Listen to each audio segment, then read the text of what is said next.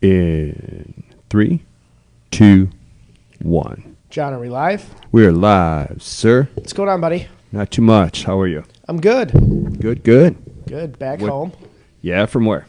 From Mexico. I took my mom for her 60th birthday. It was my sister's 33rd, too. So I had two big birthday celebrations, and they had an absolute riot. Cool. Very good.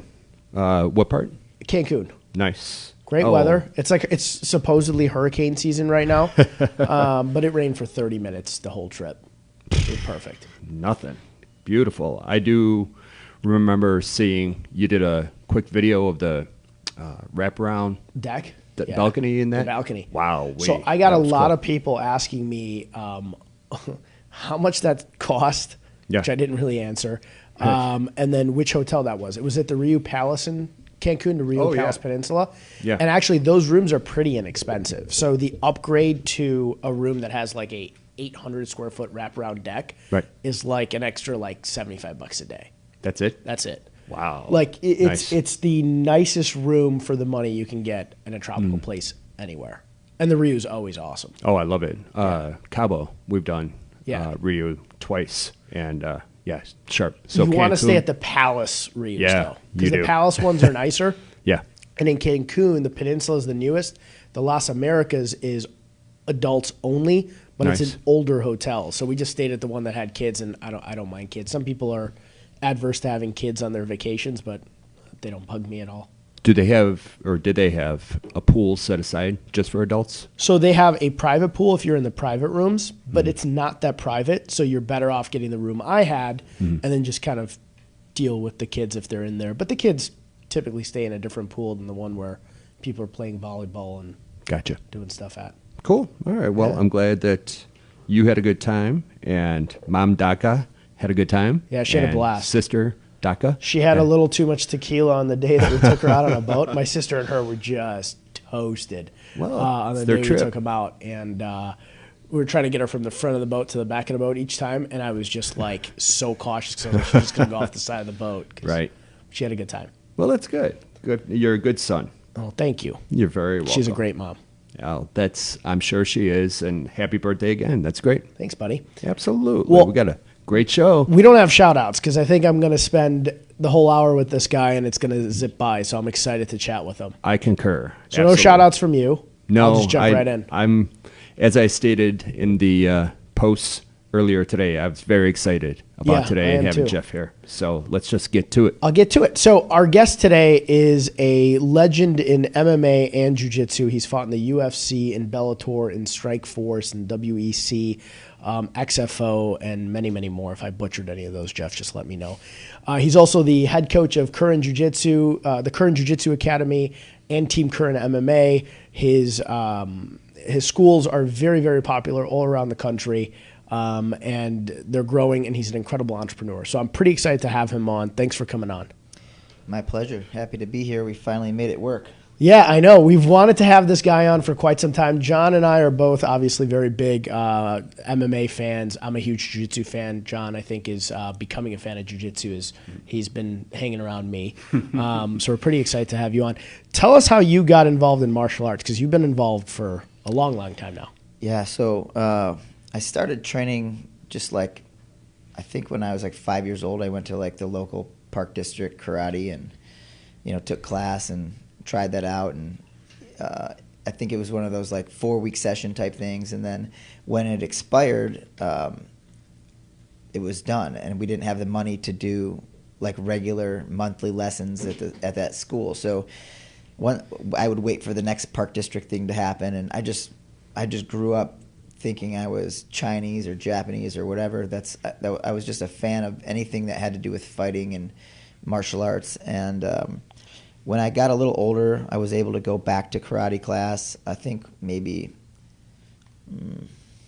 go back even a little bit younger. Around 10 years old, my grandpa decided he was going to start training me to be a boxer because he boxed when he was in the Army, and he made a little ring in the back, and he would sit on his chair and tie a belt around my waist. And if I turned away from him, I'd get closer to him. If I tried to turn away from a punch, it'd cycle me closer, and he'd punch me in the face. And then he'd bring me downtown here, and we'd go to the Golden Gloves. And basically, when he told me I was going to be a boxer, we started training all the time. And then that got taken away from me because my mom basically said, no way, I'm not going to let him box. And then I convinced her to let me wrestle.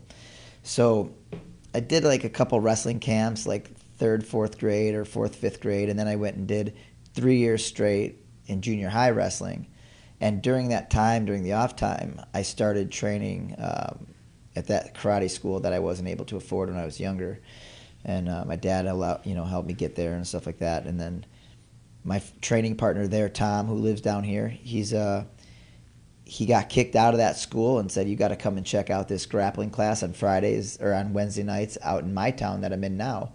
So just one thing led to another. I went to this grappling class where the guy Adam Miller, who's one of my black belts and dear friends these days still, he was teaching what he learned at a Hickson Gracie seminar. So I did one night of that, and I was sold. I went out and bought every single magazine you could imagine and looked for anything that had to do with Brazilian Jiu-Jitsu. And I found a seminar was going on in Calumet City and with this guy, Wellington Diaz, better known as Megaton. Yeah. So I went down there, got his business card, started training Jiu-Jitsu, and from that moment on, I was just sold. I think I was 14, 15 years old. Maybe recently turning 15 or just a few months shy, and my buddy and I just became fanatics, and we just trained like crazy. And then I just had to become jet set and travel everywhere. So I took about 25 to 30 trips throughout my high school life to Arizona to train under Megaton. And that was kind of where I think like that initial like hard work and just going into the gym and getting my butt kicked, it was just like I was sold. And I didn't even know about MMA or any kind of fighting yet until Hoist fought. And then when Hoist fought UFC, that was it. It was like, whatever I got to do to get out there. That's crazy. Because when you started jiu-jitsu, I mean, there's a jiu-jitsu school virtually in every township now. When you started, you had to travel to go to these places. It's crazy. It wasn't like it wasn't popular. Everybody was starting karate. I started karate when I was 4 or 5 years old when I was young, and that was kind of the path into martial arts, was that or taekwondo. But you started jiu-jitsu way before the average public even knew it existed. Yeah. I trained down here all the time. There was a lot of drama that went on. When I was like a 17-year-old kid, just turning 17. I've been training with Megaton almost 3 years, and for some reason I went to him and said, Carlson Gracie Jr., do you know him? He said, yes, I know him. We're in the same judo tournaments. And I said, well, he's opening a school downtown Chicago. Do you think when I'm home, rather than me training in the basement at Tom's house, maybe I'm going to go train with him? And he was like, yeah, go ahead. And then he ended up taking that, a little more to the story, but he ended up taking that as me leaving his team, which was not happening. So I ended up having this huge falling out. He kind of left me stranded in Arizona by myself as a kid. Jeez. And he left for a couple weeks, and I usually stayed with him. I had my own room. I had all my stuff there. So I came home and said, I'm going to go down and sign up with Carlson Gracie team. And short time after that, I became the first black belt, or the first first blue belt out of the Chicago location. Wow. And I was coming down here 5-6 days a week, and I was doing private class with Hey Diago before every beginner class, and then I'd stick around for a regular class. And it was just my daily routine. Quit laying carpet around 2 o'clock and drive downtown Chicago and spend the night here. And then Junior just kind of, at that time, I don't know what he's going through, but, I was nobody. I was nobody to him, but I'm just another kid, another student. And whatever he had to deal with in his life, he had to deal with. He moved to Cincinnati, and it was just out of touch. So he moved, and the brown belt, Hey Diago, moved to L.A., and that was me, Daniel Viena, and Pedro Viena, and that was who was down here. And another guy, Carlos, and this other guy, Paulo Bezada, who visited once in a while. But ultimately, I was driving all the way down here without a black belt guidance. Those guys were awesome, but they were also striving for that black belt guidance. So at that time, I decided, I'm going to look around and see if there's another option for me to get on a plane and go out of town. And that led me to a seminar with Pedro Sauer or led me to a Thai boxing seminar that brought me to Pedro Sauer, and then that was 18 years old as I met him, and I've never looked back. So that's awesome. It's just a long history, but we can go on all day. Well, it's crazy. You had to go through so many steps to find. I don't want to say suitable, but like you said, the black belt guidance that you were looking for, because it just wasn't that popular back then. Right. And Junior was awesome. Like, we stayed close. I get along with everybody from Carlson Gracie team. He would show up to tournaments years later even and just always be there for me and, coach me because he was local, because he ended up moving back, obviously. And At that point, I'd already kind of moved on. And as I got older, I learned about the loyalty aspect of the martial arts. Not that I wasn't loyal. I don't think I could have been any more loyal to the people I trained with. But in my head at the time, loyalty would have been for him to not move. Right. But I didn't take it personal. I just figured that's his life. But with the Megaton situation, that was pretty bad. That was maybe a language thing. It was not good. I was really upset. And then when I met Pedro Sauer, I just learned jiu-jitsu in a different way, and I just learned how to be better in life, and I just liked the way he made me feel. And I actually met him very shortly after my dad passed away, and they were the same age. So it was a nice timing to have that kind of mentorship, Sure. And where was that? That was at the time? So I took a Thai boxing seminar in Berwyn. Okay. With Frank Cucci, who was in town doing a seminar, and I met Frank Cucci, and he said, "Hey, are you the?" And Frank's a Thai boxing coach. He was a brown belt world champion from Virginia, and a representative of the time of Pedro Sauer at the time. He was a blue belt also, and he said, "Hey, you're the jiu-jitsu guy, right?" I said, "Yeah." I said, "Hey, let me ask you this. And we talked about some techniques. He invited me to Virginia Beach, and now I was traveling to Virginia Beach and Salt Lake City. And anywhere else Pedro Sauer went. I just was on the road. And the thing about that time period is I would spend 2 weeks or a month straight living with Pedro Sauer in Utah. Or I would go do a 10-day camp in Virginia Beach and live at a hotel with a few of my friends, that were also training and kind of splitting the bill. So it was just always on the road. There was nothing local for me to really tap into. If I was going to train locally, it was going to obviously be with Junior. Well, you have to have an incredible passion to do what you did and go through the steps that you went through to be able to get to where you are now, because that's a lot of effort to get around from place to place to place. Especially at that point, finances were probably pretty tough. We were very poor, so I worked all the time. I would work, for me, like my friends maybe work a part-time job Monday through Friday after school till 8 o'clock at night, and they're making whatever at the time, like $5.45 an hour. Yeah. Whereas I could go, or maybe it was a little more than that, $7 an hour. I could go on the weekend on a Saturday and a Sunday and do a carpet job either by myself or with my uncle or my dad, and I could make a few $100, and then I don't have to work all week. Right. Every once in a while I'd take 2 or 3 days straight and do maybe 12-hour days of working, and I would just save the money and then travel. And that was it. So I funded my own path. Yeah. And what led you to MMA? How did that transition from jiu-jitsu happen to MMA? Well, I seen the UFC, and when UFC 1 came out, I was so excited. I was telling all my friends when we finally got that stupid pay-per-view box to work, I'm like, this guy does what I do. And then as I learned more about Royce, even though I'd known a little bit about the family, I said, wait a minute, I don't think it goes that way. I think I'm doing what he does, Yeah. And I thought to myself, like, I have to do that. I want to someday. I got to walk out and put it on the line. And so I fell in love with fighting, and I just started asking everybody I could if they knew anybody that promoted, and nobody did.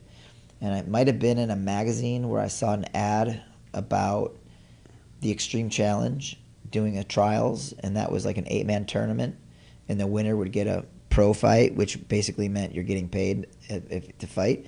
So I drove to Iowa after contacting Monty Cox, who still to this day has managed my whole career.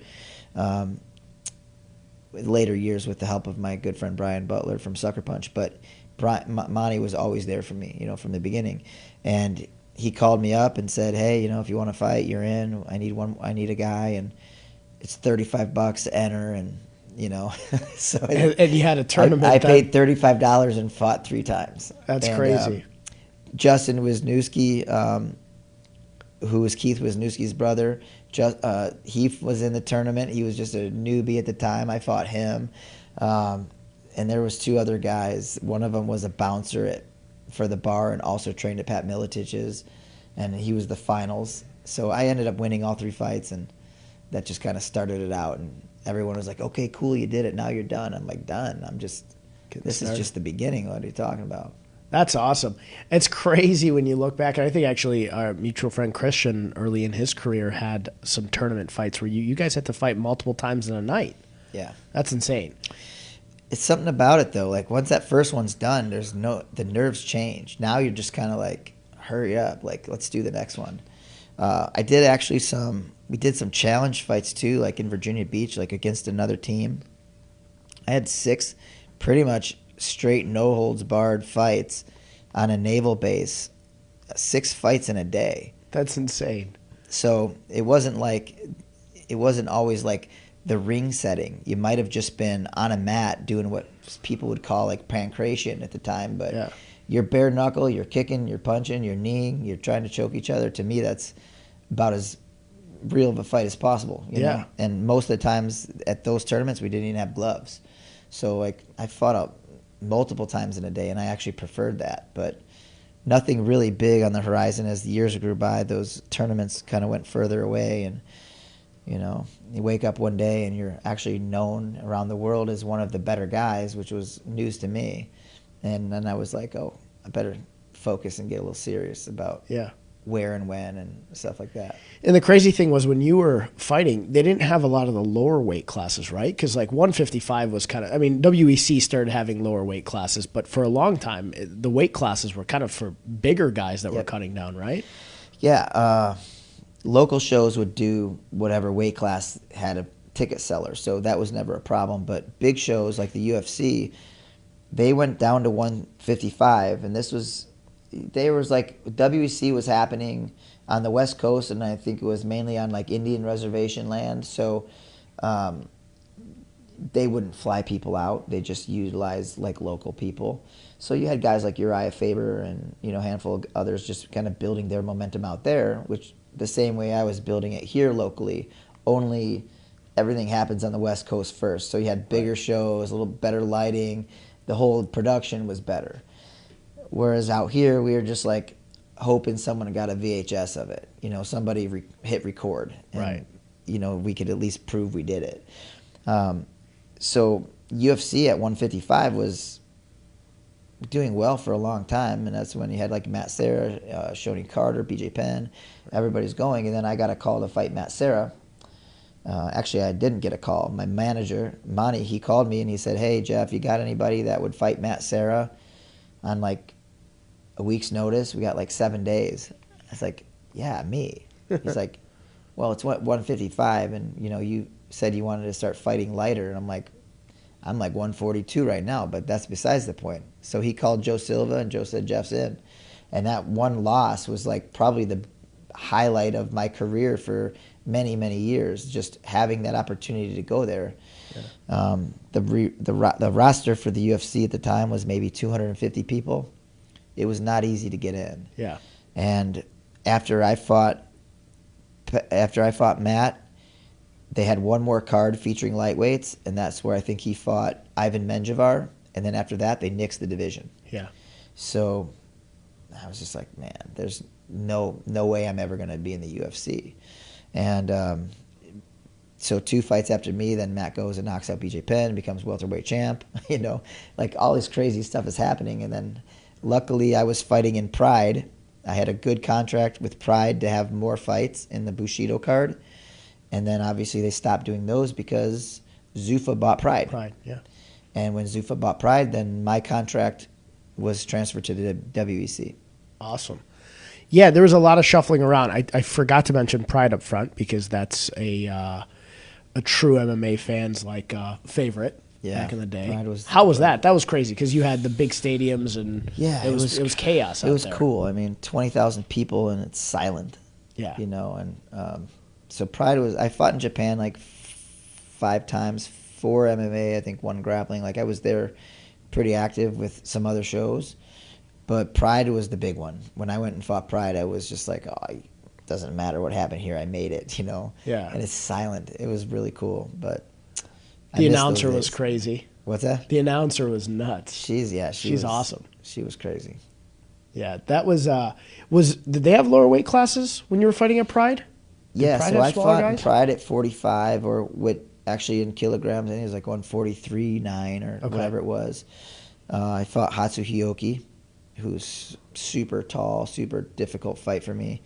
So that was I think that might have been as light as they went. They did like 165 and under was what they called Bushido. Yeah. Their Pride Bushido cards were 165 and under. 170 and up was the regular Prides, and then the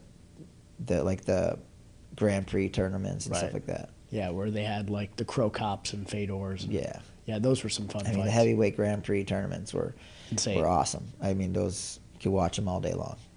And what made you want, because John and I have spoken about this off air a couple times about how most people have a misconception that MMA fighters are making, even the pro ones now are making like NBA money, and Conor makes Conor money, and some of those guys make big money. But for the most part, like if you looked at this weekend's show money, the undercard, people were making as little as $10,000. It's not. Yep. They're not making big money, even at the UFC level. Yep. What made you decide you wanted to have an entrepreneur role in the martial arts world? It actually, believe it or not, was never my plan. Really? We had, I think the first time it ever kind of came to my mind, we were training. I was still with Megaton, and we were in a basement of my friend Tom's basement. And I was like, Tom, I think we should, like I had my old karate instructors coming. I had friends from school. Everybody was coming to the basement, and we were doing Knowles Bard, like training. We were choking each other. We were teaching stuff. And I said, hey, I don't want this to wear out on your dad. So how about we charge everybody $40 a month that's coming, and we give half to your dad, and we put the other half in a kitty, and we could use that money to travel out west. And he was like, yeah, I don't want to make this about money, blah, blah, blah. But, he had money. Yeah. At least I assumed by the size of the house, more than myself. So that was just kind of my first way of like, maybe I can expense this somehow. As the years went by, I think when I opened my gym about 4 months before my first fight. Before I did that 8-man tournament, I already had a school. Wow. And the reason why I opened my school was not really a business move, because I was making plenty of money laying floors. And I rented the front of the warehouse. The carpet warehouse was in the back. So my rent was like $350 a month. I didn't have a car payment. None of that was really an issue. And I was making probably $1,500 a week laying carpet. And I didn't want that forever, but I wasn't complaining because I like hard work. And the goal with that was that when my dad passed away when I was 18 years old, and my brother, he moved out west with his fiance, and they got married, and I still had a sister 10 years younger than myself. I had my mom. Everyone was kind of struggling, and I was like, I just didn't want to leave my family, and that was the main kicker. Like, whatever I had to do to stay. So I figured, you know what? I got a good handle on this. If I'm going to fight, I'll just train people, and then they'll be my training partners. So having like a club kind of style gym was my way of having training locally. And it was like a $65 a month thing, and I paid $350 a month in rent, and the training was just off the hook hard. I didn't care if anybody complained. Then I was like, cool, you're not built for this, you can go. And practices were a minimum 2 hours, followed by, or like preceded by an hour of hard Thai boxing, a couple days a week sparring. Like everything was just like go, go, go. It's like a fight camp almost. Yeah, like training, like you're in the wrong. You don't get it, guys. If you don't train like this, you'll never be good. And my mindset wasn't shifting yet to where it is now. And but it was allowing. I would train with somebody who's super physical, very difficult to deal with as it is.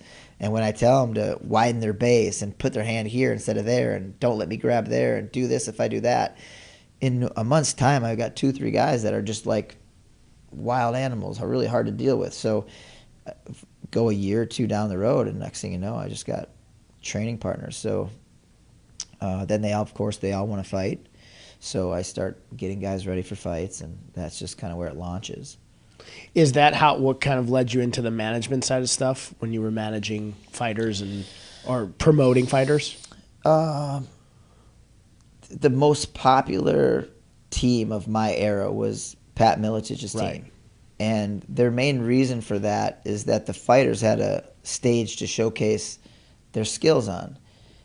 Every other, probably once a month, there was an extreme challenge event where amateurs can go, or Monty would do like Friday night fights, and fighters like Drew Irion, Robbie Lawler, these guys would get exposure there. They would do 3 1-minute rounds of boxing with or without headgear, I forget, pay a $20 entry fee and knock the heads off of people. And Monty would be like, dude, go get training, go see Pat Militich.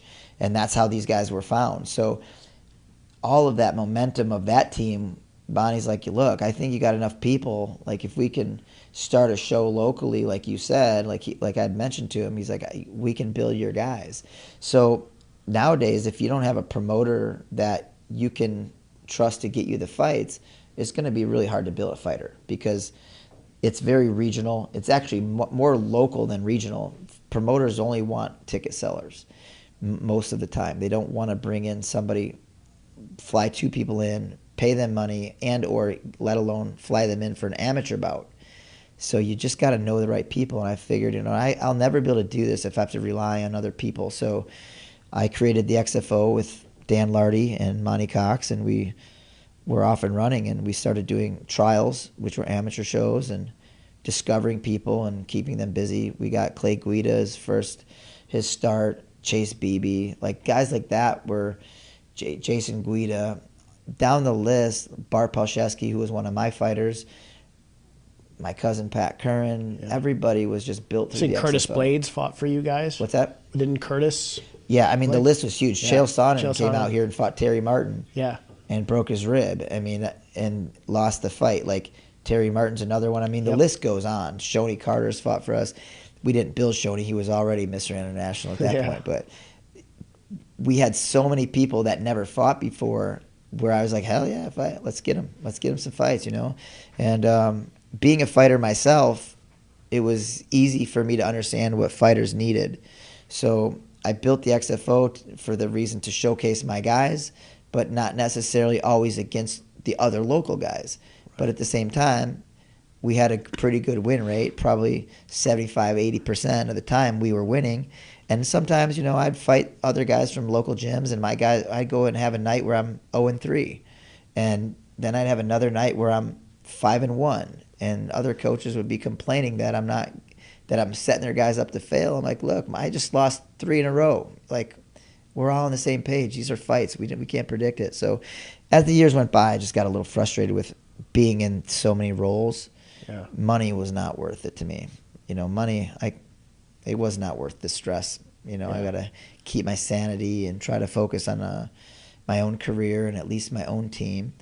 And I wanted their careers to be good, so I tried to manage them the best I can, and get them. If managing them was getting them a manager, then that was my role.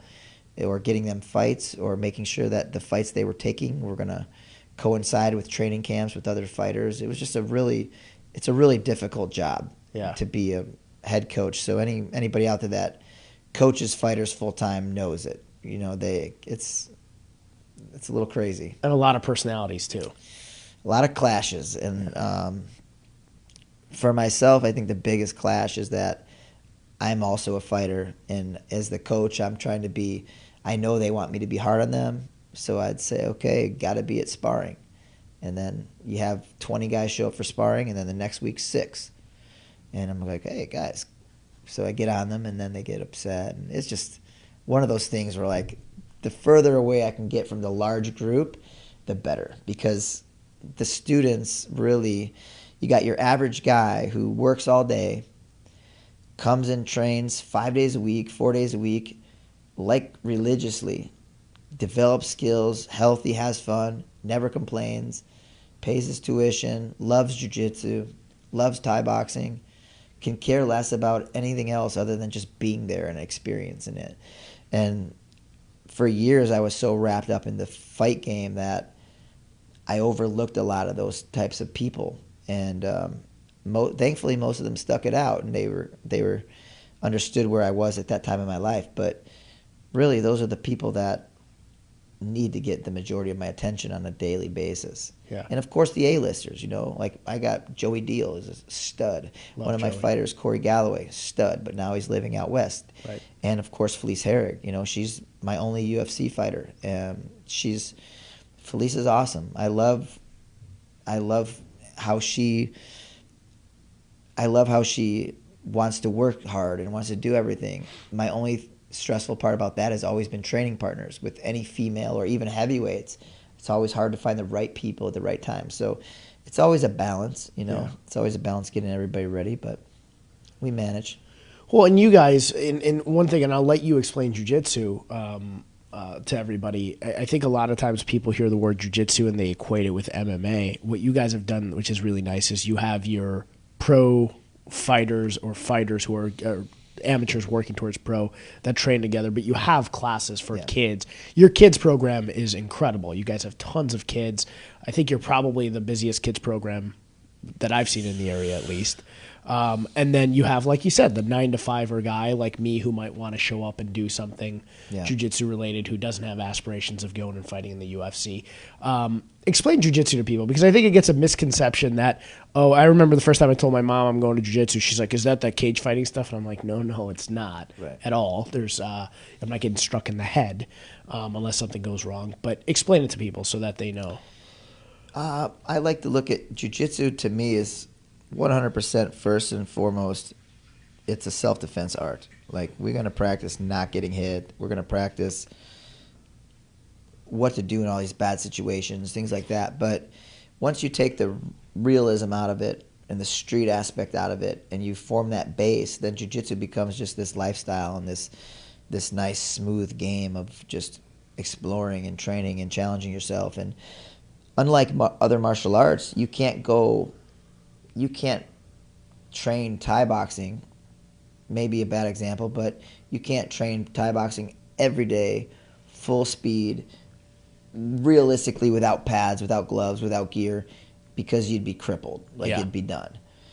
Jiu-jitsu, you can't. You can grapple hard every day and develop those skills that you need. So I just think that most people, once they get over that little hump, once they feel like, okay, you know what, I'm going to try this, they fall in love with it. Right. When you sit on the outside and you think, I don't want to be, everyone always says this, and I'm sure you probably had friends say this to you too, like, I'll say like, hey man, you should get on the mat, you should come train. Like, I might, man, but don't kick my ass. And it's like, where does that even come from? Maybe years back probably was going to be like that, but no, it's just it's a self-defense martial art. Survive first. Peter Sauer has this, my master, he talks about Hickson, who is like, the second you touch him, he's tapping you out, or he's trying. There's no play. He's going to go. If you're grappling, he's going to try to tap you as many times as you can. But, so that's a little bit almost opposite of like his father's mentality, Elio Gracie's survival mentality. But you need that in the school. If everyone is killers, then you also have master survivors. And as long as they're trying to beat you safely and not hurting you and like hurting your joints, then, which in my school rarely ever happens these days, like accidents maybe, but you're more likely to probably fall off your bike than to get hurt training jiu-jitsu. Once you do that and you adopt the mentality of surviving and practicing the self-defense side of it, even when you're grappling or rolling, even if you're getting ready for a tournament, the mentality is totally different than just being aggressive and trying to kill each other.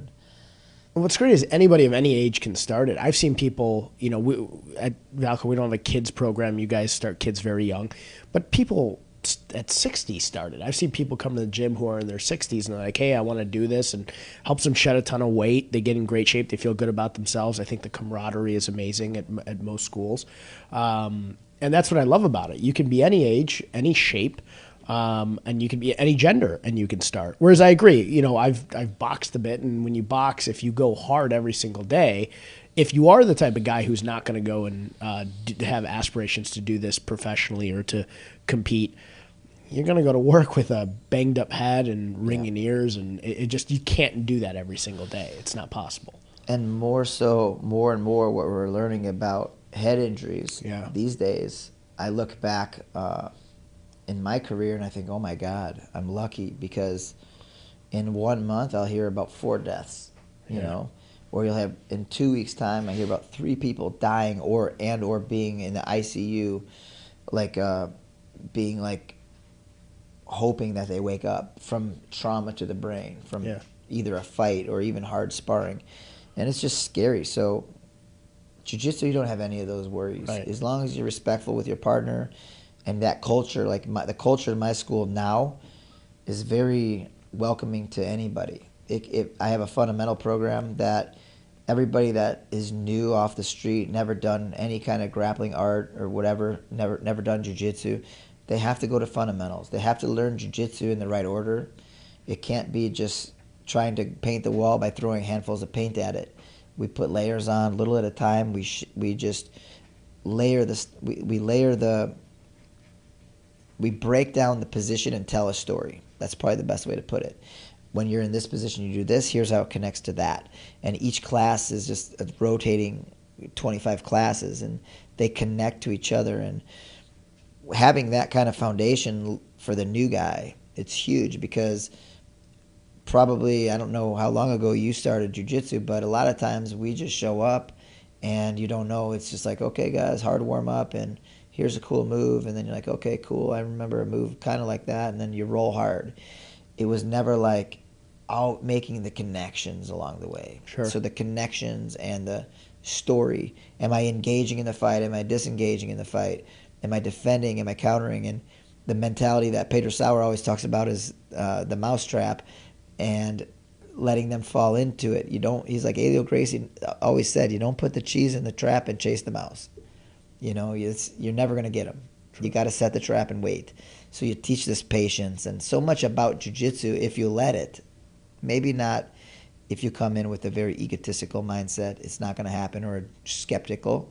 But if you have a open mindset and you get into jiu-jitsu, you'll see the mentality and the philosophy of jiu-jitsu can roll into your normal life very naturally, and you can start using jiu-jitsu to solve problems and jiu-jitsu to make decisions, and it's a nice thing. It's a nice thing for people, and I think that everybody needs to do it. So I agree. I can't tell you, and I started 9-ish years ago, but I can't tell you how much things you learn in martial arts or jiu-jitsu translate to everyday life and business, and then how many of the people that I have done jiu-jitsu with who are just such intelligent, sharp guys. And I just remember that when I first started, I'm like, what's it going to be like? And then you get there and you're like, man, all these guys are sharp guys and gals, sharp guys and gals. And it's just, I agree. Anybody who's ever asked me like, oh, should I start a martial arts at this point in my life? I'm like, go to jiu-jitsu.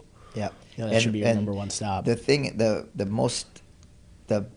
one thing that you get out of jiu-jitsu for safety is that you can always tap. Right. Right? No matter what. Like, probably for the first time in my whole life training jiu-jitsu, I trained with this guy. His name's Steve. He's awesome. Like, I don't know, I want to say he's 56, 57 years old. He's got a great job at a university. This past year, he's just fallen in love with jiu-jitsu, and I think he's probably lost 50 pounds. And you would never think that when he first came in, he's one of those guys like, man, I hope he sticks around and sees the real benefit of jiu-jitsu. And now every once in a while he's messaging me and we talk, and, he'll ask me some insights, or he'll say, as I get deeper into this, I'm learning this and learning that. Well, I rolled with him a year later for the first time the other day.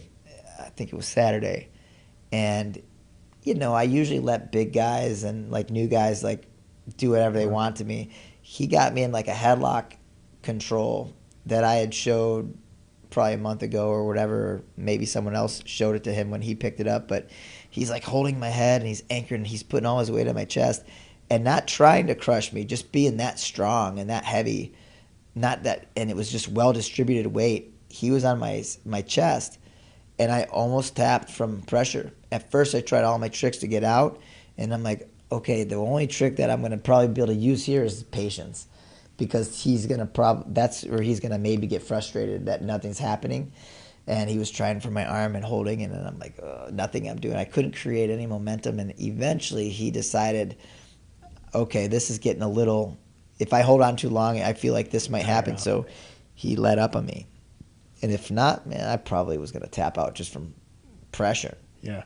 And I think that the average person, when they're told that a tap is okay, I'm comfortable. I know, like, next step is going to be tapping, because if not, I'm going to have a broken chest. The average person just signing up doesn't know. They need to know that it's okay to tap. Ego is such a big thing in jiu-jitsu. My only neck injury my whole career was in getting ready for my last fight to win match, whatever it was, 2 months ago or whatever. And one of my guys, Robert, caught me in a choke, and it was so deep. And I'm like, I got to get out of this and be in the mindset of competing. So I fought out of it, but not before I heard like 3 or 4 pops to my neck. Yikes. So while we're talking about everyone should do jiu-jitsu, for sure, but you got to know your limits, and you gotta strengthen your body from the start with the fundamental training, and I think that's huge. I think your that body around it. Setting the ego aside is so important. I think once you've done it long enough, you know that this arm bar is probably deep enough that I should tap. It makes no sense in a class letting your arm snap, or someone grabs a kimura and you're like, oh, I'm not gonna like let that ride out until I lose my shoulder. We could get John on air and teach him some jiu-jitsu. Yeah, John, you want to come here and we're gonna teach you a knee bar really quick. No, that'd be great. You have a lot of shout outs, by the way. Before I go on, I want to at least be able to get these out to you. You got I'm losing them because of this new setup. Sandy Lorenz Carlson, best teacher ever. That's my mother-in-law. Yeah, Carrie CP. My kids have learned so much from Professor Curran. They love his classes. My sister-in-law. You're getting a lot of family love here. Diane Wells said, is there any other training, martial arts or otherwise, that would be beneficial prior to starting jiu-jitsu? I'll let you take that one. Anything that you should do before prior starting to jiu-jitsu? Yeah. Any training you should do. It's Diane, you said? Yeah, Diane. Diane, if you're still watching, it's easier to teach jiu-jitsu to a blank canvas than to have to first paint the painting and let it dry and restart, because people with other martial arts or other backgrounds, let's take even wrestling, sometimes some of the habits are just hard to unlearn. If you have this preconceived idea of what fighting or self-defense is, it's really hard to adjust your mindset or the personality to fit the philosophy of jiu-jitsu, at least the jiu-jitsu that I was taught. And I would say that experience in martial arts might help with your confidence to walk on the mat, but experience to learn jiu-jitsu is better if you don't have any. It's a nice, clean start, and your learning process isn't confused by other things you might have learned in the past. Perfect advice. You have a favorite fighter from Mike Lenz, his favorite fighter ever, Big Frog, which is his nickname, by the way, for those of you that didn't know. Mike Lindsay? Yeah, Mike Lindsay. Mike's one of my best friends from high school. Mike is the one who kind of nominated me for my high school Hall of Fame, and I got inducted into that last year, so that was pretty cool. And I'm gonna push for him this year. He should have it way before me. Super athlete. What sport? Mike played baseball. He played basketball. I mean, awesome. I don't know if there's a third one, but definitely standouts in both of those. And our good friend Joey, grateful to learn my jiu-jitsu from Jeff Curran. Joey's awesome. So all my friends are coming out. Yeah, I told you. That's why we shared it on yours, so we could get all the love from your friends and family. And then you obviously touched on coming back from retirement. Has that kind of been a tough thing, stepping away from it personally, doing it on a professional side?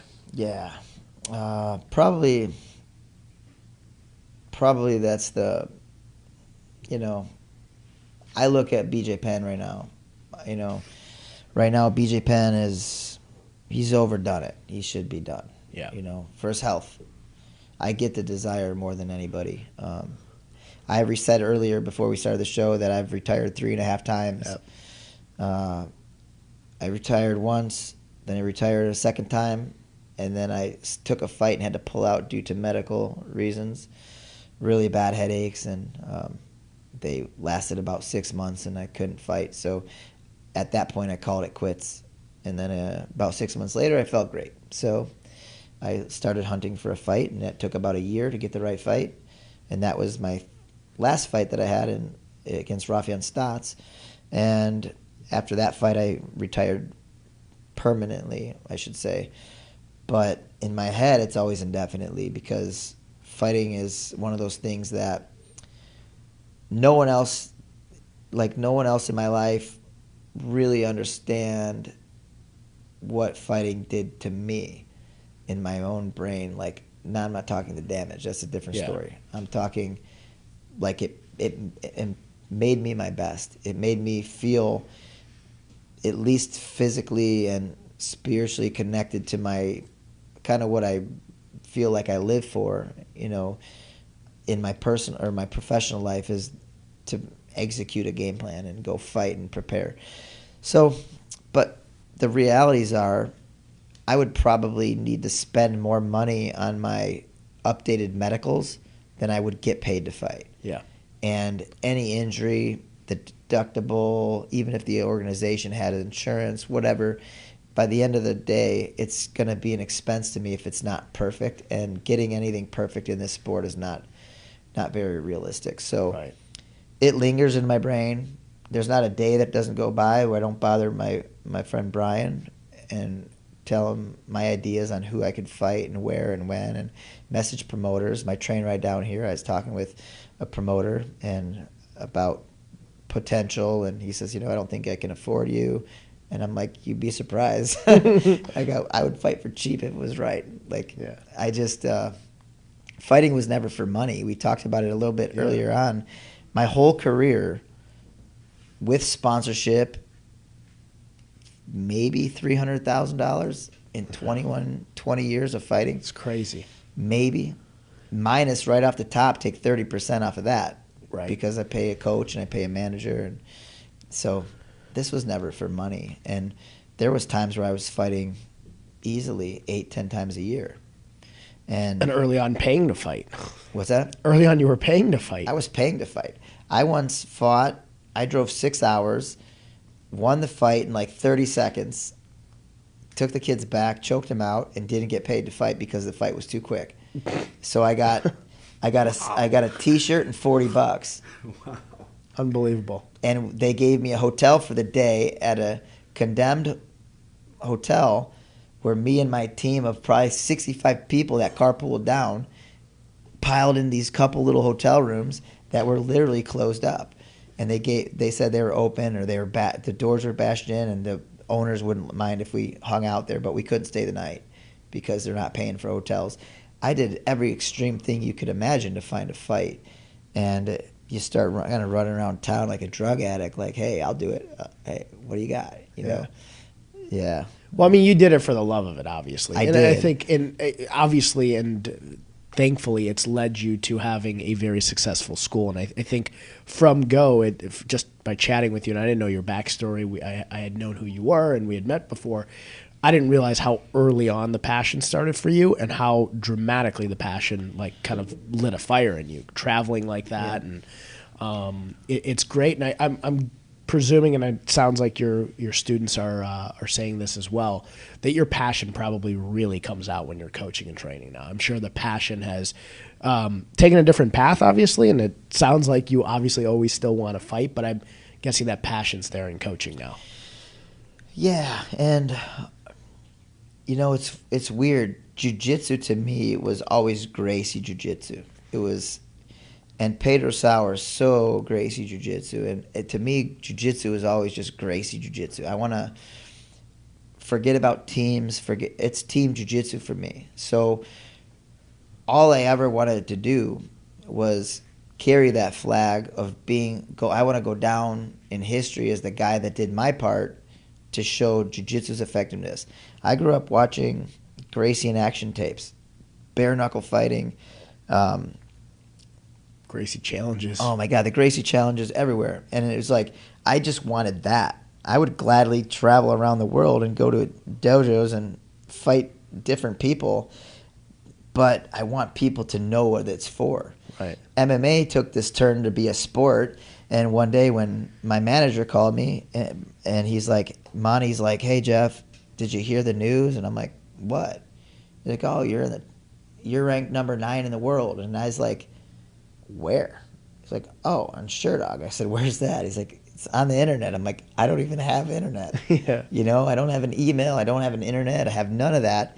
So I started figuring out how to like look on the internet and figure things out. And I was like, oh, wow, this is cool. There's actually a sport here. Like maybe I can pursue that. Growing up, I wanted to be a hockey player. Now I'm like, I'm considered a professional now and I'm ranked. How far can I take this? So it became a different, the mission to represent jiu-jitsu never changed, but now it became a different obsession for me. It was just, how can I go as far as possible? And I went a lot of my career with a chip on my shoulder because, like I said earlier, the West Coast, everything was happening out there first. Styles, foods, trends, everything is coming from the West Coast this way most of the time. And here I'm sitting back watching this show called Warrior Nation, and Uriah Faber has got this TV show on whatever channel it was, and I was like, who's this kid? You know, he hasn't done half of what I've done, and I'm getting all worked up, and it was just this like animosity and this like built up like, I don't know if it was just being from a small town and never really having opportunity and having to always kind of either beg your way in or prove your way in that created that chip on my shoulder. But people that didn't understand that or people that didn't support that, they didn't really have a place, you know, in my life, and I just wanted to focus on that. And then I got to fight Uriah, and I put my foot in my mouth and, you know, get choked out. So that's life. But he just made a comeback too, more successful than BJ's. He made a comeback. He just turned 40. I'm turning 42, so we both, you know, we're not far apart. Yeah.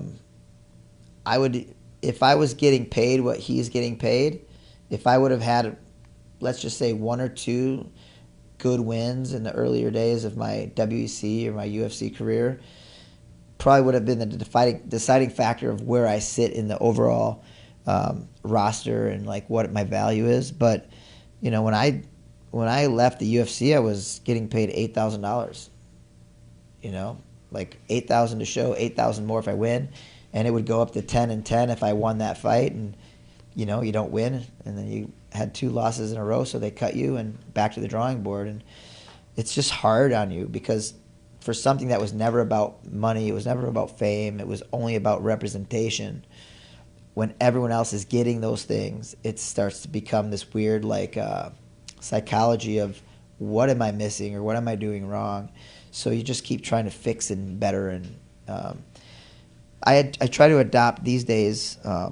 I try to adopt my work ethic towards fighting, and I'm trying to focus this more towards my business. And I've always had my business since like 22 years now, but now it's like it's getting probably 95% of me. That's awesome.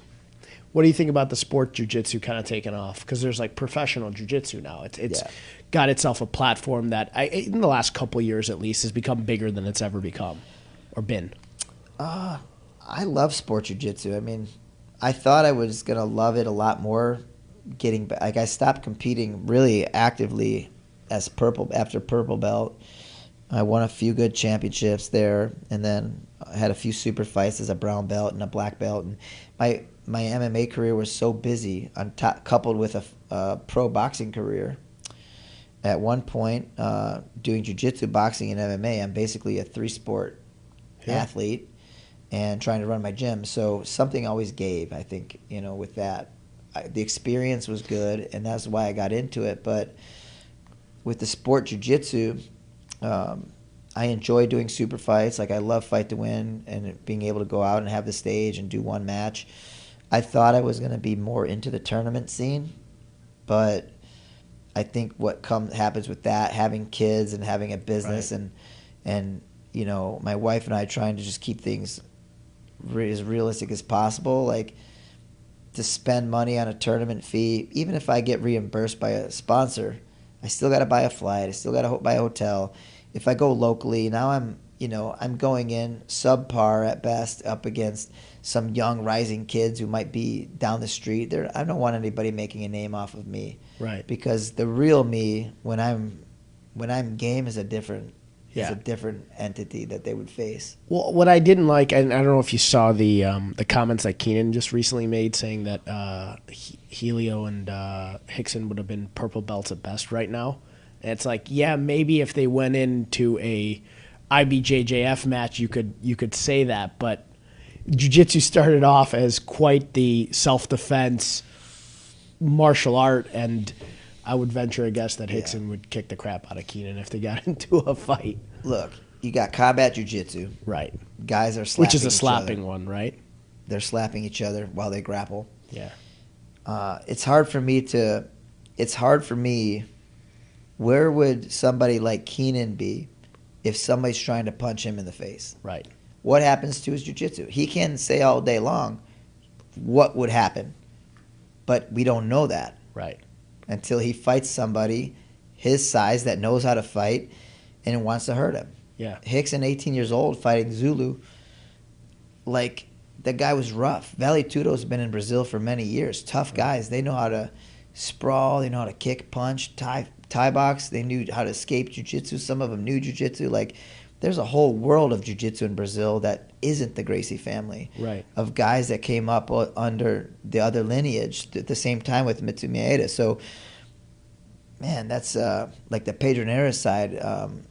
Fada, Oswaldo Fada, and that's that side of the tree, or that side of the Brazilian jiu-jitsu. But sport guys that never fought shouldn't be saying that. Their art this difference in jiu-jitsu is like, you could be really finesse and really fancy. I've got a bunch of tricks, and I know when they work in fights, and I know when they don't. Like, if you can make a move work in an MMA fight, it's probably going to be effective on the street. If you have to rely on the lapel and tying up everybody for that to be jiu-jitsu, then probably that jiu-jitsu is not going to transfer to the street as well. Right. If you're not controlling the wrist, or if they're not wearing a long sleeve or a jacket that's opened in perfect length, like, there's all those things. So guys that are just I don't even say it's just amazing athletes, like Keenan's jiu-jitsu is off the charts. It's all really good. But don't say someone like Hickson, who's battled his whole life to build the art that he's exposed to, right, and has his future with, would be a purple belt at best. Because Hickson in his prime against Keenan in his prime, I'm pretty sure I'd throw down everything I own that Hickson would put it on him. Yeah. And not be tied into knots with his lapel. Yeah, and as a guy who brave early on, the Gracie challenges were basically anybody. You could show up and be 300 pounds, and they're like, okay, fine, we'll do this. Pedro Sauer, one time I did a seminar with him, and he put me in the middle to roll with everybody, and I was similar to I am right now, just not in any kind of fight shape. Just took some time off, came up for air. Right now, I think I came up for a little too much air, but I was just he's like, come on, little Jeff, put me in the middle, and I was going through guys, and about 20, 30 minutes in, I come across this big brown belt, really good, probably 3-4 stripes, super tough, and I spent the next 45 minutes of my life just fighting for my life, just like, I didn't want to lose in front of Pedro. I knew right away anything I tried is probably not going to work. So I'm going to just let time be. And I got done, and I ended up sweeping him, maybe catching a choke from behind or something. But I went up to him and said, "Professor, I'm sorry. Like, I'm just not ready. I wasn't prepared to train so hard today." And he said, "Don't worry, Jeff." He's like, "The good thing about jiu-jitsu is when we're at our worst, jiu-jitsu's at its best." And that made a lot of sense to me, How is your jiu-jitsu when somebody's trying to attack you and beat you up, and you're, when you're going out to the store to get something, or going out with your family or with your friends, you going to do a fight camp and get ready for it, or are you going to just be ready for what comes? Right. And that's how I believe jiu-jitsu needs to be first, rather than just medal chasing in the sport. I love sport competition jiu-jitsu. This is not a knock on that. I actually like the combat jiu-jitsu more and more. I'm agreeing with that's about as close as we can get without having to cross the lines into being sanctioned by like an MMA athletic commission. So you're getting some experience out there for the guys, and hopefully it'll help more jiu-jitsu fighters lead into the MMA world and represent jiu-jitsu like I did at any cost, no matter what was going to happen. I'm going to go out there and I'm going to show that jiu-jitsu, worst case, is going to survive and win. If I come out not beat up, not knocked out, to me, jiu-jitsu won. And well, we'll see. That's a weird comment. I actually didn't hear that. And it was like Jiu-Jitsu Times or something posted it, and it was a clip of what he had said, and he got everybody jumped down his throat out for obvious reasons. For obvious reasons, like something's just these are, to me, like, it's hard for me because they're walking gods to me. They're people that, like, Hickson's still alive. I sat next to Hickson, closer than we're sitting right now, and I sat in a meeting with him and Pedro Sauer and Louis Soretti and a couple other guys, and we sat in this meeting, and I was looking at Hickson, and he's got scars all over his face, and he's calloused from just wars. He's been in battles, and you could just see him missing fighting. And I could elaborate on the experience, but as I sat there and talked to him, he reached over at one point and like grabbed my shoulder and was talking about fighting and just keeping it really real. And I'm thinking, like, this guy is he's a walking jiu-jitsu god. He's the king. And he doesn't deserve to have comments like that. So agreed. Yeah. I'm glad to see Curran now kind of in the UFC and using jiu-jitsu really as kind of the base to, again, prove old school jiu-jitsu. The sports, like, we have to evolve jiu-jitsu to survive the high level of this sport, for sure. You have to be a MMA fighter. You have to train striking. You have to learn how to wrestle. You have to strength and condition, or you're just going to always be okay. Yeah. Part of one of the best things about me is that, I should say the good and the bad of this thing is that I was a good boxer. I had a great boxing coach, Doug Mango. He really made me a good striker. Forget about kicking. I kicked when I wanted to, but I had always hurt feet, and I didn't want to mess up my ankle and not be able to lock my guard. Like, I had little quirks about my style that maybe they shouldn't have been there, but they were. And sometimes the boxing, being a good striker against all the wrestlers I faced my whole career, it just forced the fight to the ground. They didn't want to stand and trade punches with me. Yeah. And a lot of the real good strikers didn't either. They would fade away, and they'd try to, if they were longer than me, they'd outkick me and point me. But if they weren't, then they weren't, and they couldn't take me down, then it was my night. Boxing was such a big integral part of my own career, but I learned and practiced religiously Thai boxing and wrestling and boxing because I want to use that as protection for jiu-jitsu. I don't want jiu-jitsu being known as the art that started the UFC, but nowadays, wrestlers are dominating, or Thai boxers are dominating, or jiu-jitsu guys are laughing stock, right? Like, I'm too passionate about what jiu-jitsu is and what it is for me, and I don't want to see that happen. And Hickson's in that stage of his life where he's like, with his stuff too, with the Global Federation that he started and his self-defense unit, like, let's make sure if you're a 5-time world champion in jiu-jitsu, black belt, you understand how to block punches when someone's on top of you. Right. If not, what are you passing on? You're passing on a sport. That's it. It would be like just having having a baseball academy where all you did was teach hitting. Right. You know what I'm saying? And that was your training for year round, because you could hit a home run at any home run contest. You can go out and do a home run contest and win out all of them, or a slam dunk contest. But how is your baseball everywhere else if you can't hit the home run?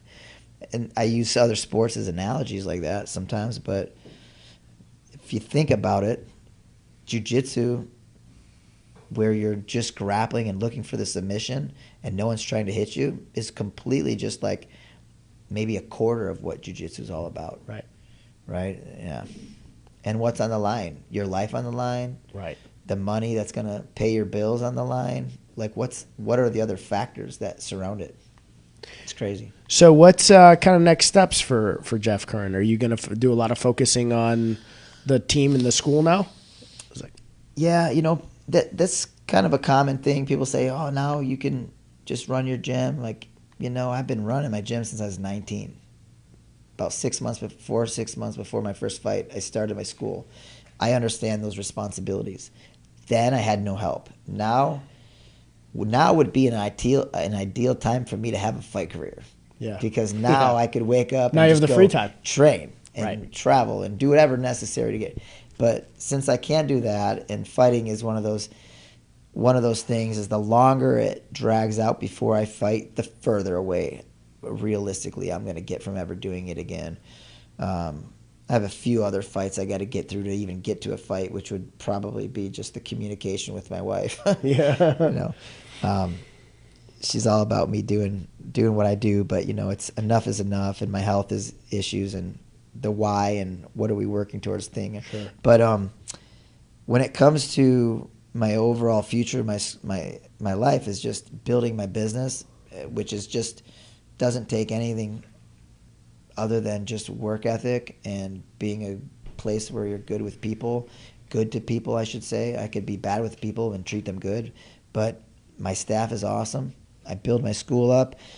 I got 6 affiliates. I'm doing a retreat once a year where I'm getting teams from like 15 to 20 different teams from across the country meeting me in Florida every February, and we're training jiu-jitsu for 4 days and hanging out and just kind of, like I said earlier, team jiu-jitsu, no affiliation type thing.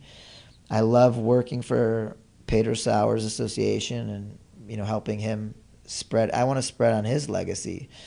So I have a lot of things going on, but I think that if you're passionate about what you do and you don't lounge around all day, you get up and get after it, these are the things that are result in success. I mean, we're always trying to refine even the smallest of behind-the-scene things that maybe they're not perfect, and maybe some guy can say, hey, why don't you get a guy to do this? It's like, because then I'm spending money we don't have, and I would rather we figure it out and we do it together and, dig into the business. So life is good. I mean, we're at about 320 members. Wow. I got 6 affiliate schools.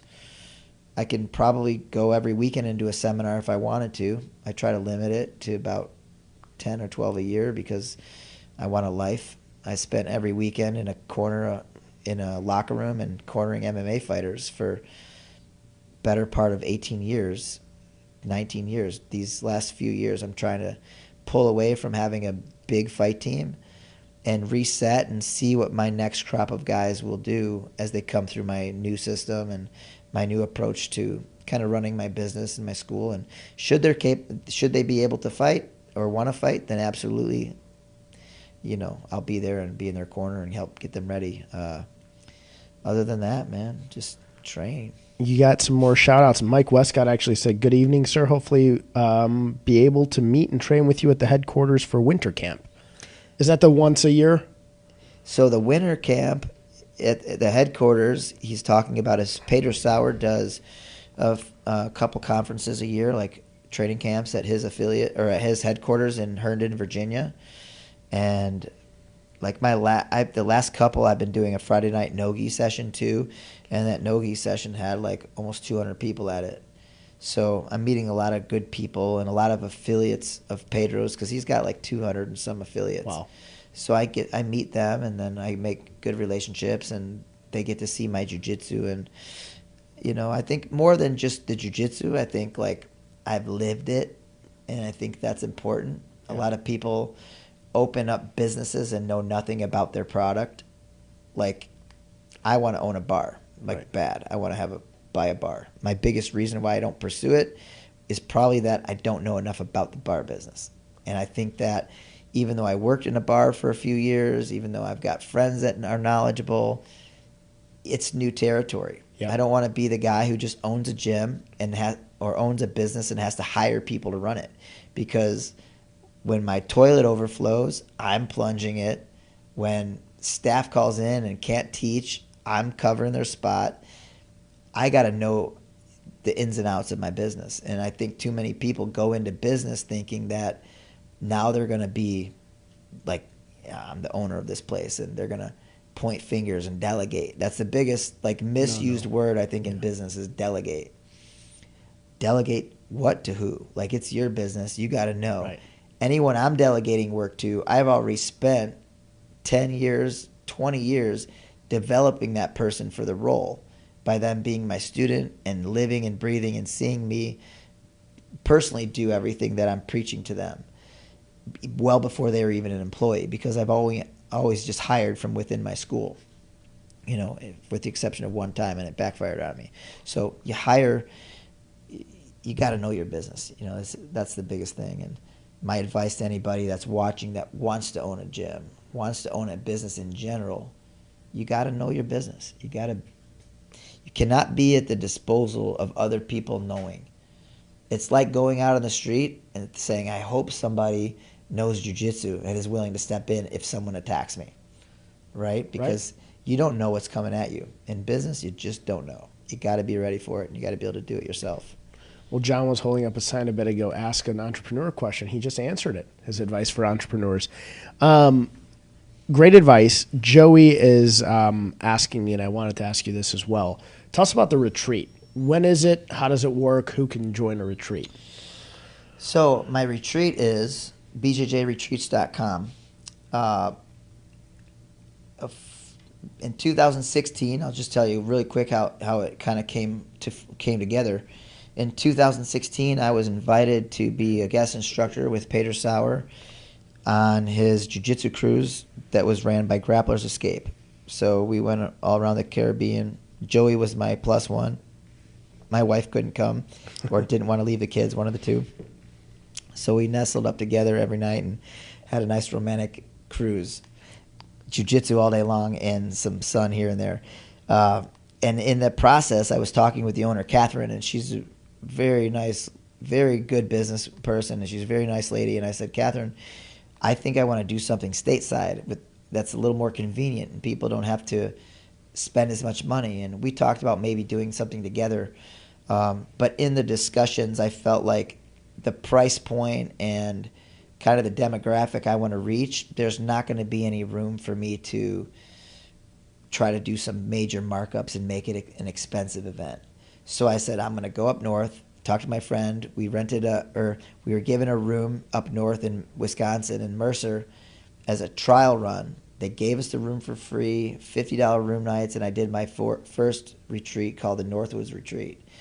And we had about 50-some people, and it was just straight money, like it made money off of it.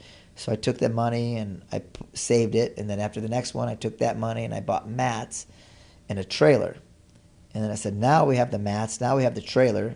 Because I was relying on a local guy to drive them around the lake up north from Michigan. And I said, let's do one a year, go down south in the winter, get away from the snow, and travel Florida. My dad's had a house in Florida in Miami. I used to go there every summer and breaks, and he loved Florida. That's where my brother spread his ashes after he passed away. I just love Florida. I want to go there as much as I can, so I figured this would be a perfect excuse for a little getaway and maybe make some money, but only if I do numbers. I have to do 40, 50 people to break even when I'm renting these rooms, but if I could do 100 people, I could make pretty good money. And I only charge like $200 or less for the pre-registration, so I make it very affordable, and I've met a lot of great people.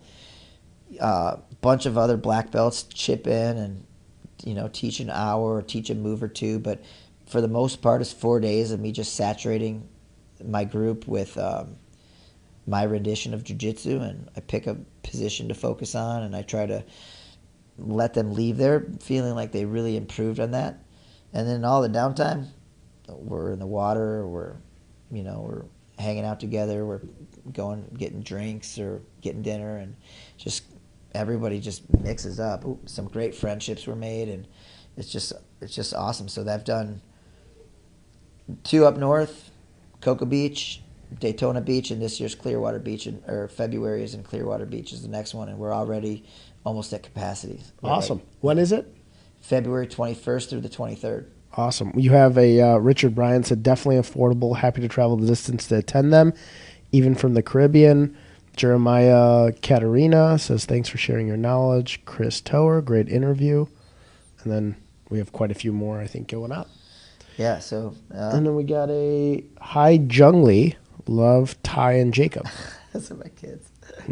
It's awesome. Couldn't miss that one. The name Jungli. I was going to ask you, but I'll leave it alone. No, it's funny. They're just, I don't know where they come up with this stuff, but something to do with judging America's Got Talent. Yeah, America's Got Talent judges, and they'll probably tell me I'm wrong when I get home, but and I was laying there and my arm was like this and my armpit hair, and they're like, Dad, you got jungle cuts, and I thought they said something about the judges. And the words got skewed, and then they started calling me Jungly. So America's Got Talent, armpit hair. Somehow you got Jungly. Just, you got to be in the right place at the right time to get a nickname like stuck. That. And now, like my nieces are calling me that. It's just everyone on my wife's side of the family has weird names for each other. My wife is sister. Her sister is sister. But then to the kids, it's Sarah and Care. And then their grandpa is Bappo and their grandma's Gammo, and then on my side of the family, grandma's grandma. So it's like everything's so different. I think if you have another fight, you got to come out as Jungly instead of Big Frog. I know. I should just change my nickname, get rid of this old tattoo, and come up with another one, or just add some hair to him or something. Yeah, give him some armpit hair, and then you're set. Yeah. Jacob was like, I want to not go to school today, Dad. I want to be able to watch it live. I'm like, Jacob, you can watch it later. Yeah. Deal, but. Well, I love that. We have people that want to watch us live, John. Beautiful. That's awesome. So outside of fighting, running the school, and jiu-jitsu, what do you do in your free time? Well, I don't do much. Yeah, jiu-jitsu. I spent the earlier part of my kids' lives very intertwined in fighting, so it was like just rush home and have time to see them before bed, if that. Now that they're in school all day and I don't have the time to like maybe wake up and see them as much, so like I try to get home more. I just want to be home. If I have spare time, I want to be home with my family. I built a tiki bar. I put in a pool. I put in a deck. I made like a nice my own little Florida getaway in the back of my house, and we enjoyed that like crazy this summer. So just swim with the kids and have fun. But my life, I'm pretty institutionalized to my daily life and being at the school and teaching and just being involved. I'm learning to find time to just relax. I don't mind when I'm by myself somewhere. It's nice and peaceful. I like sometimes get lunch by myself, probably more than I do with other people. I'll be getting lunch by myself. It's peaceful. My wife Sarah, she worked for 3 years as an assistant in the library.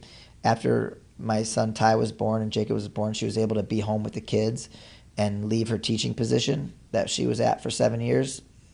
But rather than go back to a classroom, she went back to the library.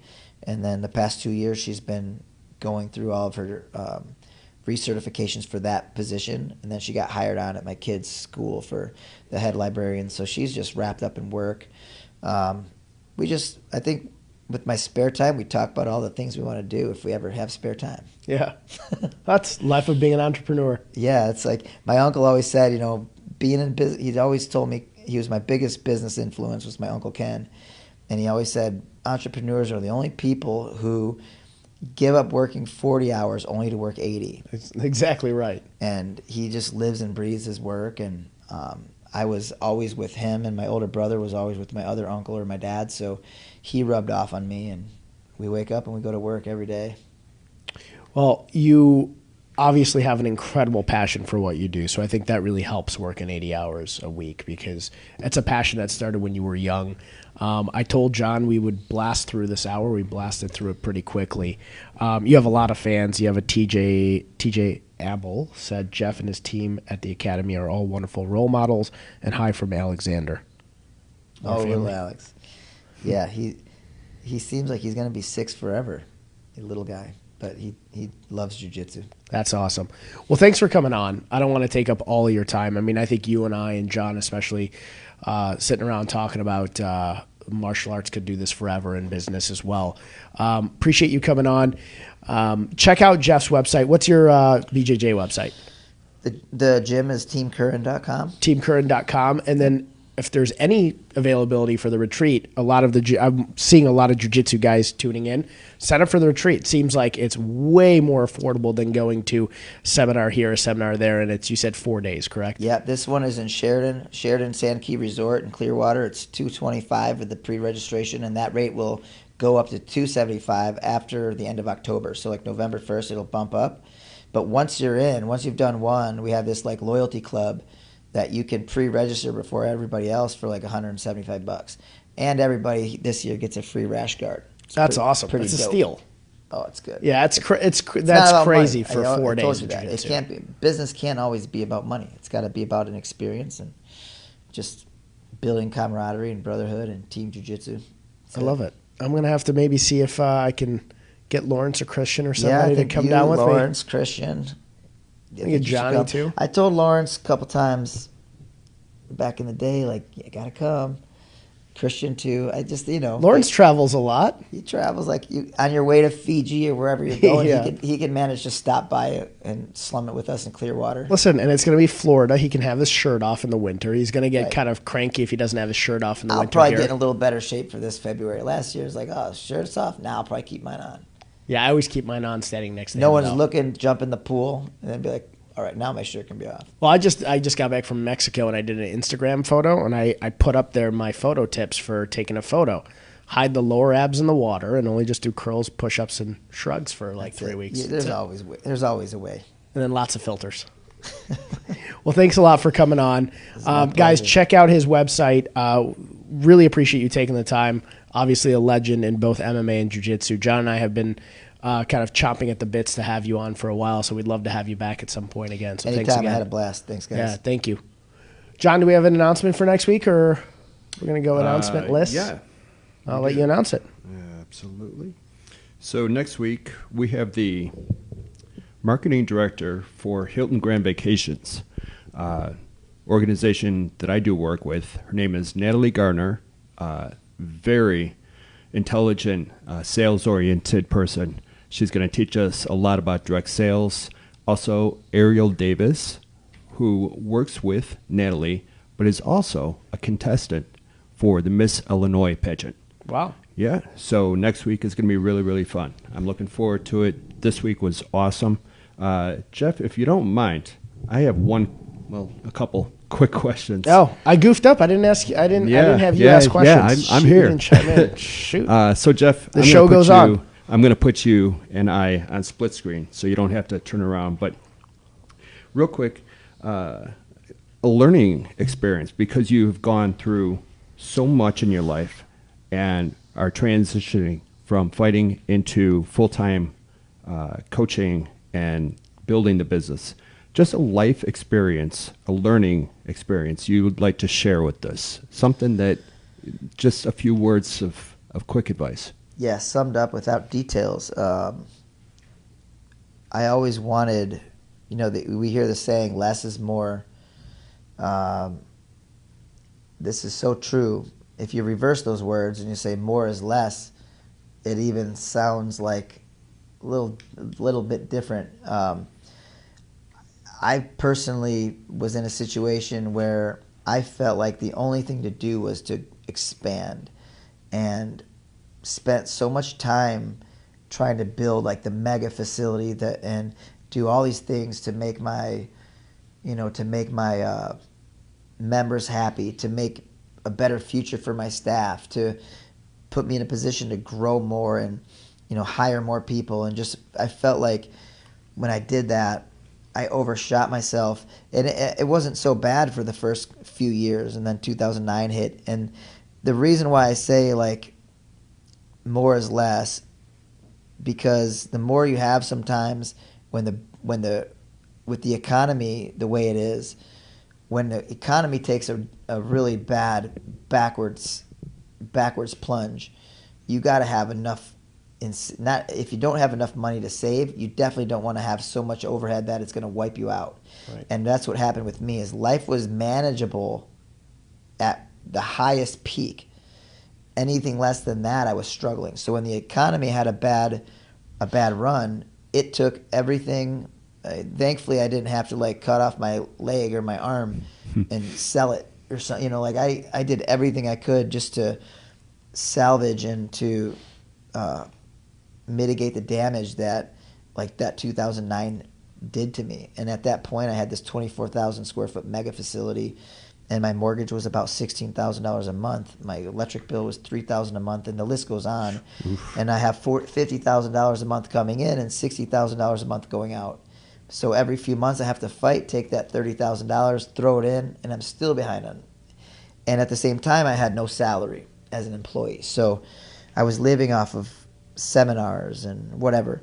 So just, there's nothing wrong with just building your business so big that there's a line out the door. And that goes back to the Monty Cox, my partner in the XFO, one of my manager, who, John, Monty really Yep. well. Yep. I come into him crying one time on our first big show, and I'm like, oh my God, I'm freaking out. Everyone's mad. I said, there's a line out the door. Everyone's pissed. He's like, well, that'll make them buy tickets sooner next time. And I'm like, what are you doing? They're never going to come back. He's just like, they're going to come back, and they're going to come back sooner. He's like, I was like, no, I think we need to go to the Sears Center, and we need to go like these big arenas. He's like, yeah, and then we'll be writing a $50,000 check at the end of the night. So there's nothing wrong with just having that little business that's doing big things. Yeah. Or having that, like my gym's 10,000 square feet, not little by any means. It's enormous compared to lots of schools that are successful. But I have a good overhead because of my area, and I went industrial. But I can pack that thing to the brim. I'll never grow out of that. No matter how big I get, I'll just change scheduling. I'll cut it off. I'll cut it off and say, get on the list, or I'll open another gym 10 miles away. Everything should be, I think everyone sees the glitter and the glamour and the success of MMA, and that makes them want to be a fighter till they go and spar their first time or fight their first time and get knocked out or cracked in the face and realize like, wow, maybe I don't want this. Right. Know your business. Be conservative, because we never know where the economy's going, right. And you'll be doing your customers a favor when you're still in business 20 years later. Very Love good. that advice. I'm glad you asked, John. Yeah, me too. Thanks, I Sean. was just absolutely. Yeah. So we heard about Jungly. Yes.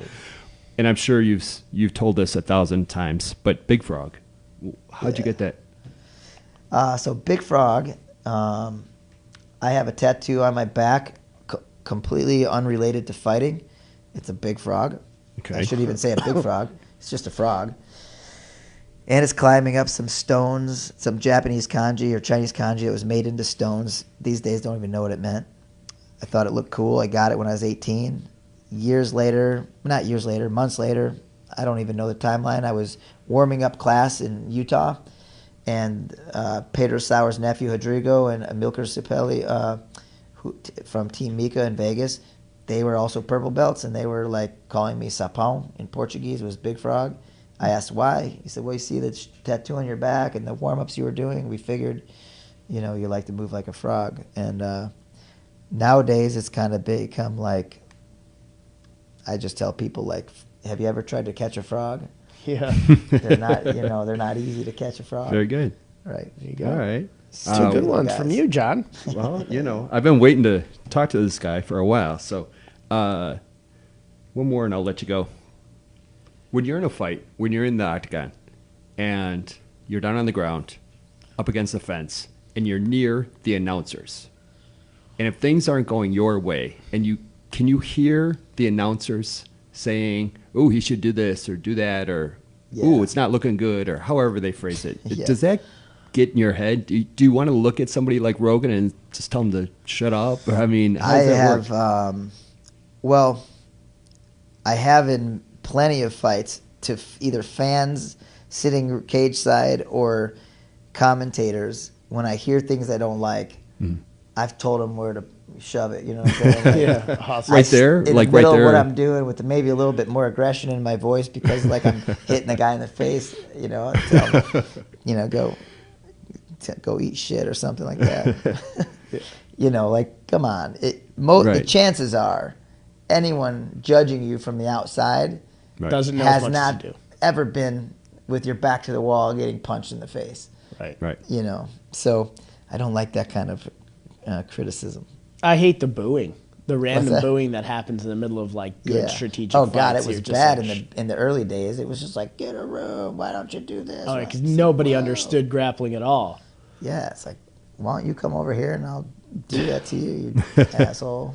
Yeah, they were thinking of like the what was like the crazy boxing fights they had that were like a minute long, and they just like Yeah, the tough man. That's Tough how Man, Robbie yeah. Lawler and Tough Man. Drew Arian and these types of guys, like just 1 minute swinging for the fence, and then after round one, if no one's down, they're completely exhausted.